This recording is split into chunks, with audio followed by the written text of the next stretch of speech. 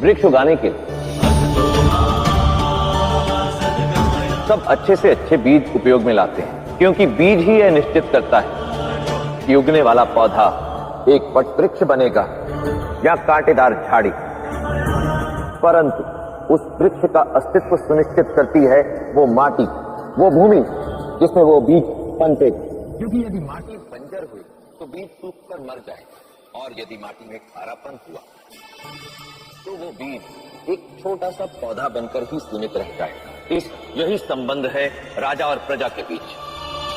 राजा यदि बीज है तो प्रजा है माटी। इसलिए यदि श्रेष्ठ शासक से उत्तम शासन पाना है तो प्रजा को स्वयं सावधान रहना होगा, निरंतर स्वयं पर कार्य करते रहना होगा, क्योंकि राजा इसी रज्जु से बनता है। से बोलो, सदा शुद्ध एवं सरल जीवन व्यतीत करो। ये सीख आप बचपन से सुनते आ रहे हैं, परंतु मैं कहूंगा कि शुद्ध एवं सरल जीवन व्यतीत करने के साथ साथ सावधान भी रहो। आंधी चक्रवात की मार हो या मनुष्य का प्रहार, जो वृक्ष सीधे तन कर खड़े रहते हैं वो सबसे पहले गिर जाते हैं, लेकिन जिन्हें आंधी के समक्ष झुकना आता है वे बच जाते हैं। सत्य के मार्ग पर टिके रहना उचित है, परंतु दुष्टों से बचने के लिए समय के साथ ढलना आना चाहिए, सावधानी की लोच सीखनी चाहिए। संसार का सबसे भयंकर जीव होता है सर्प, परंतु यहां यह जानना भी आवश्यक है कि सर्प एक अत्यंत भीरू प्राणी भी होता है। छिप कर रहता है, झाड़ियों में विचरण करता है, कभी स्पष्ट रूप से सामने नहीं आता। परंतु एक विचित्र तथ्य यह भी है कि सभी सर्प विषैले नहीं होते, ना ही हर किसी को सर्प डसता है। फिर भी सब सर्प से भयभीत रहते हैं। क्यों? क्योंकि सर्प को हुंकारना आता है। इस प्रकार अपने भय को ही अपनी शक्ति बनाकर वो कई द्वंद्व जीत जाता है, स्वयं को सुरक्षित रखता है। भयभीत होना कोई बुरी बात नहीं, परंतु भयभीत होने पर भी अपने भय को अपने शत्रु पर प्रकट मत होने दो, क्योंकि हर युद्ध लड़कर नहीं जीता जाता, कुछ केवल शक्तिशाली होने का अभिनय करके भी जीते जा सकते। जीवन में आपने कितने लक्ष्य साधे हों, परंतु प्रश्न यह है कि विफल कितने में हुए। विफल होने पर मन में यह विचार अवश्य आता होगा कि परिश्रम किया, दृढ़ निश्चय रखा, तो फिर विफल क्यों हुआ। इस प्रश्न का उत्तर जानने के लिए एक प्रश्न अपने आप से पूछिए कि जिस योजना को लक्ष्य साध कर आगे बढ़े थे उसका भान किस को था। पपीते के वृक्ष पर जब फल आते तो उसे कपड़े से ढक दिया जाता है। ऐसा इसलिए करते कि कहीं उसके रंग और गंध से कीट और पक्षी आकर्षित होकर उसे खा ना जाए। इसलिए यदि फल का आनंद लेना तो उसे गुप्त रखना होगा। यदि लक्ष्य की प्राप्ति करनी है तो उस योजना को गुप्त रखना होगा जिससे आप लक्ष्य पाना चाहते हैं। राजा और दास में क्या अंतर होता है? दोनों ही मनुष्य होते हैं। जहां दास एक और अपने स्वामी के प्राणों की रक्षा करता है, वही राजा उनकी जिनका वो स्वामी दोनों ही अपने अपने कर्तव्य का पालन करते हैं। तो फिर क्या कारण है कि केवल राजा को ही अपने सर पर मुकुट धारण करने का अधिकार मिलता है और दास को उसकी पादुकाओं के पास बैठना पड़ता है। पास का देखने वाला केवल एक सामान्य जीवन जीता है, परंतु दूर की सोच रखने वाला मृत्यु के पश्चात भी जीवित रहता है। कारण है दृष्टिकोण। इसलिए जिसका दृष्टिकोण विशाल हो और दृष्टि दूर तक देख सकती है, सिंहासन उसे ही चुनता है। इसलिए कुछ भी करने से पूर्व उसके दूर के परिणामों पर अवश्य विचार कर। युद्ध साम्राज्य का हो या जीवन का, तलवार और ढाल का मेल जोल अत्यंत आवश्यक है। तलवार मयान से निकलते समय स्वर निकालती है, परंतु ढाल मौन रहती है। तलवार आगे बढ़कर शत्रु पर प्रहार करती है, परंतु ढाल पीछे हटकर हमारा बचाव, युद्ध भूमि में तलवार शत्रु का रक्त बहाती, वहीं दूसरी ओर उसी युद्ध भूमि में ढाल हमारा रक्त बहने से बचाती।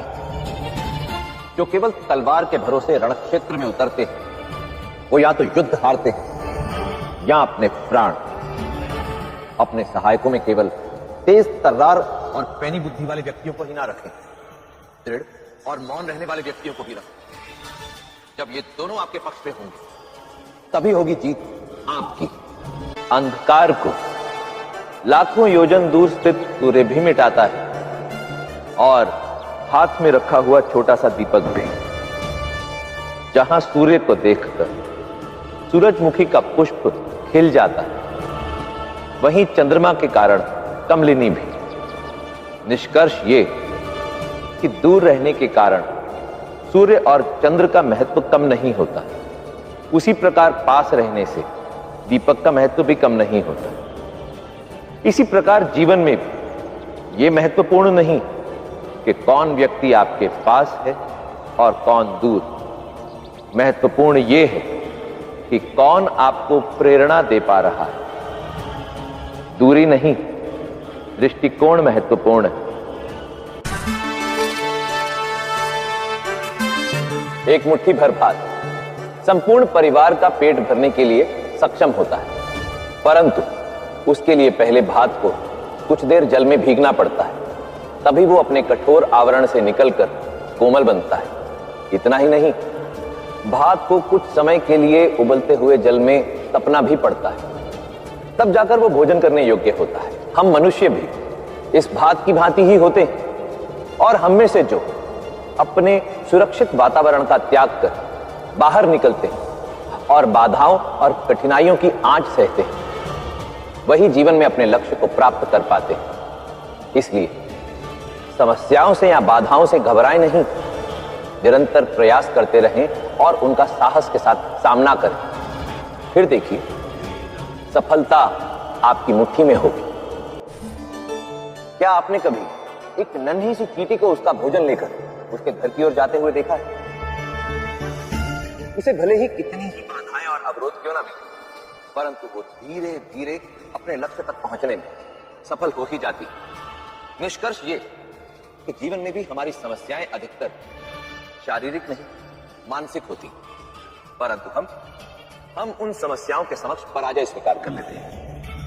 किंतु यदि हम भी उस नन्ही चींटी की भांति ये दृढ़ निश्चय कर ले कि भले ही मार्ग में कितनी भी बड़े अवरोध क्यों ना आए, हम उनके समक्ष पराजय स्वीकार नहीं करेंगे, तो हमारी मानसिक दुर्बलता धीरे धीरे क्षीण होती जाएगी और हम बड़ी से बड़ी चुनौती को ललकार सकेंगे। स्मरण रहे, हमें हमारे लक्ष्य तक पहुंचने में सबसे बड़ा अवरोध होती है हमारी नकारात्मक सोच। ये सुई देखने में अत्यंत साधारण प्रतीत होती है, परंतु यही सुई अपने छोटे छोटे प्रयासों से इस फटे हुए कपड़े को, इसके दोष को मिटाकर इसे पुनः उपयोग में लाने योग्य बनाती है। एक श्रेष्ठ शासक भी ऐसा ही होता है, जो अपने छोटे छोटे प्रयासों से अपने समाज की विभिन्न समस्याओं को मिटाकर एक ऐसे वातावरण का निर्माण करता है जहां उसकी प्रजा सुख और सामंजस्य में रह सके। स्मरण रहे, एक योग्य नेता होने का प्रमाण यह नहीं कि असंख्य लोग आपका अनुसरण करते हैं, अपितु प्रमाण यह है कि वो योग्य नेता अपने प्रयासों और कर्मों से कितने लोगों के जीवन का उद्धार करने में सक्षम होता है। यदि मैं इस फिटकरी को इस मिट्टी से बने पात्र के जल में डाल दूं, तो ये इस पात्र में उपस्थित सभी मलिन तत्वों को इसके तल तक ले जाएंगी और जल को शुद्ध बना देगी। यूं समझ लीजिए कि धैर्य भी मनुष्य जीवन की फिटकरी के समान ही है, क्योंकि जिस प्रकार ये फिटकरी इस जल को शुद्ध बनाती है, उसी प्रकार धैर्य संकट के समय हमारे विचलित मन, नकारात्मक सोच और अस्थिरता से बचाकर सही निर्णय लेने की क्षमता प्रदान करता है। स्मरण रहे, जिसने जीवन में धैर्य नहीं साधा वो सदैव अस्थिरता के भंवर में ही घूमता रहेगा। नेतृत्व केवल एक ही श्रेष्ठ है। अपने शरीर को देख, 2 आंखें, 2 हाथ, 32 दांत, 20 अंगूठे अंगुलियां, सैकड़ों तंत्र, परंतु मस्तिष्क केवल एक। और इसी एक मस्तिष्क के निर्देशों पर शरीर के सभी अंग सुचारू एवं संतुलित रूप से कार्य करते हैं। परंतु यदि मस्तिष्क एक से अधिक हो तो शरीर या तो विकृत हो जाता है या फिर रोगी। इसलिए आंख, नाक, हाथ, कान, पांव की भांति सहायक एवं सुझाव देने वाले कई रखते, परंतु नेतृत्व एवं निर्णय लेने का अधिकार यदि केवल एक व्यक्ति के हाथ में हो तो तंत्र संतुलित रहता है और ध्येय की प्राप्ति होती है।